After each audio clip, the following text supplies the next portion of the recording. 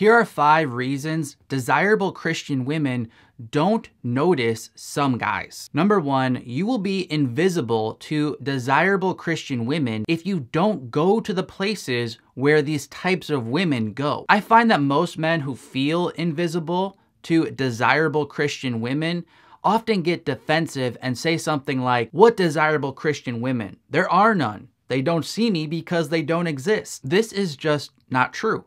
God has promised to always have a remnant of his true church. So yes, true, godly, desirable women are less and less these days, and that's true of men as well, but it's not true that they just don't exist. For as Romans 11, 2-5 explains, "Do you not know what the scripture says of Elijah, how he appeals to God against Israel? Lord, they have killed your prophets. They have demolished your altars, and I alone am left, and they seek my life." But what is God's reply to him? "I have kept for myself 7,000 men who have not bowed the knee to Baal. So too, at the present time, there is a remnant chosen by grace." One of the main reasons men feel like there are no desirable Christian women left is because they're not going to the places where these women go.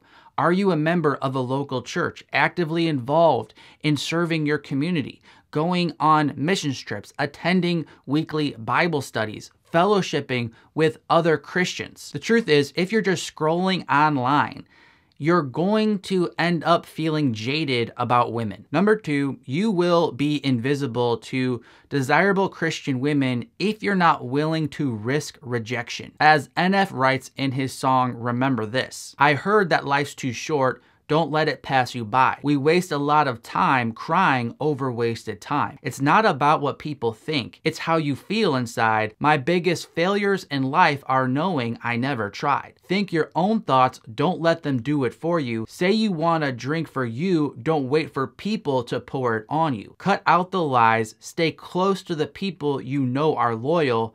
Grab your own glass and fill it. Don't let your fear destroy you." The men who are willing to risk are the men who eventually end up reaping the rewards.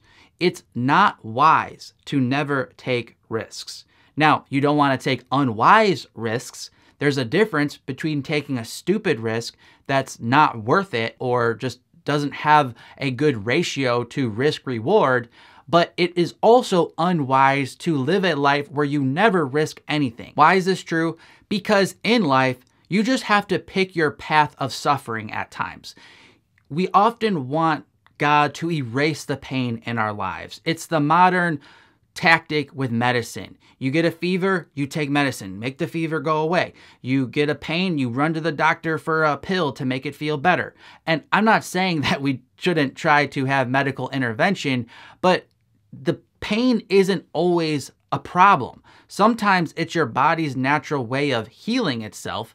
And when we apply this type of mentality to life, where we just constantly run away from pain as though it's always bad, then we're really also cutting ourselves off from the pleasure that usually and often comes at the end of going through something painful. So you have to pick your suffering. You can pick to suffer alone with regrets because you never tried to pursue a good woman, or you can suffer and get rejected. If you choose the latter, at least your efforts and willingness to get rejected usually result in success eventually. I believe it's a lot better to experience the pain of rejection rather than the pain of regret, because when you're open to being rejected, it also means you're open to being loved and to love someone else. Whereas when you are so afraid of rejection and then you just end up creating regrets in your life, it means that you were unwilling to love. At least when you love, you also experience a lot more joy that comes along with the suffering compared to when you are selfish and you are just going to suffer alone with no joy. As Paul said about love, if you don't have it, you have nothing.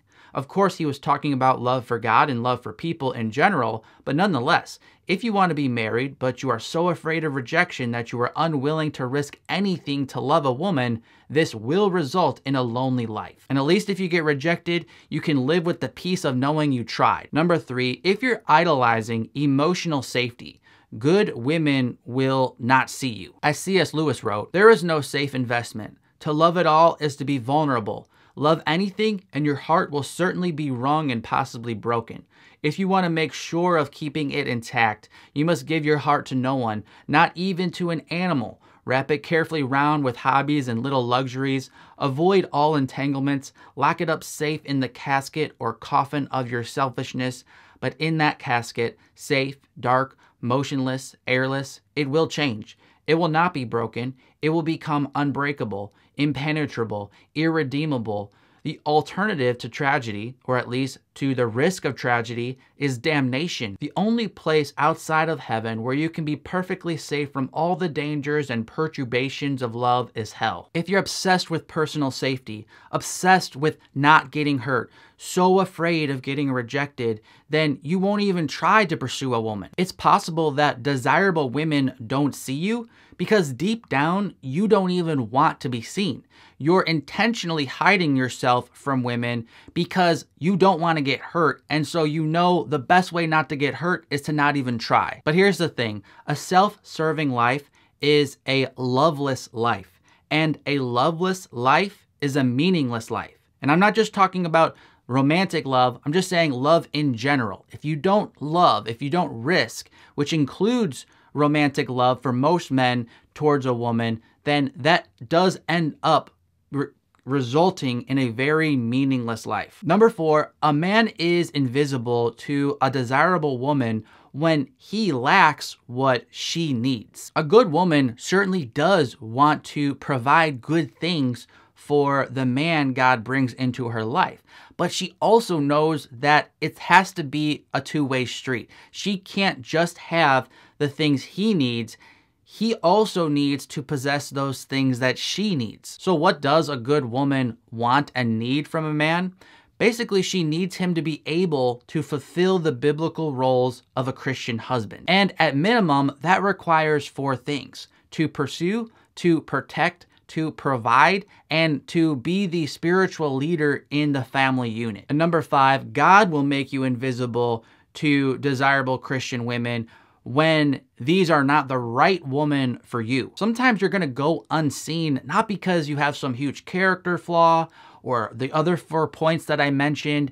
Maybe those don't relate to you at all, but rather you're invisible right now because God is just protecting you so that you don't have to deal with drama and issues and wounds and going through relationships that aren't right for you. Additionally, sometimes God has a mission for us that we need to accomplish in our singleness, because our lives are not just about our personal happiness. They're about serving God as Christian men. And even when we get married, that is ultimately about serving and glorifying God. And you know you're called to marriage when that relationship is going to enhance your ability to serve God. And sometimes you need to be single for a while because God has a mission for you in that season of life. And then it's right to get married when that partnership's going to benefit the new mission that God gives you in life. So God probably wants to bless you with a wife one day. But if he does decide to do that, he definitely wants you to be able to honor him with that wife. And therefore, he will allow you to go through seasons of preparation. I'll be talking a lot more about these concepts here on this channel. So if you enjoy this content for Christian men, then I'd love for you to subscribe to this new YouTube channel. I'm Mark from applygodsword.com. Until next time, God bless.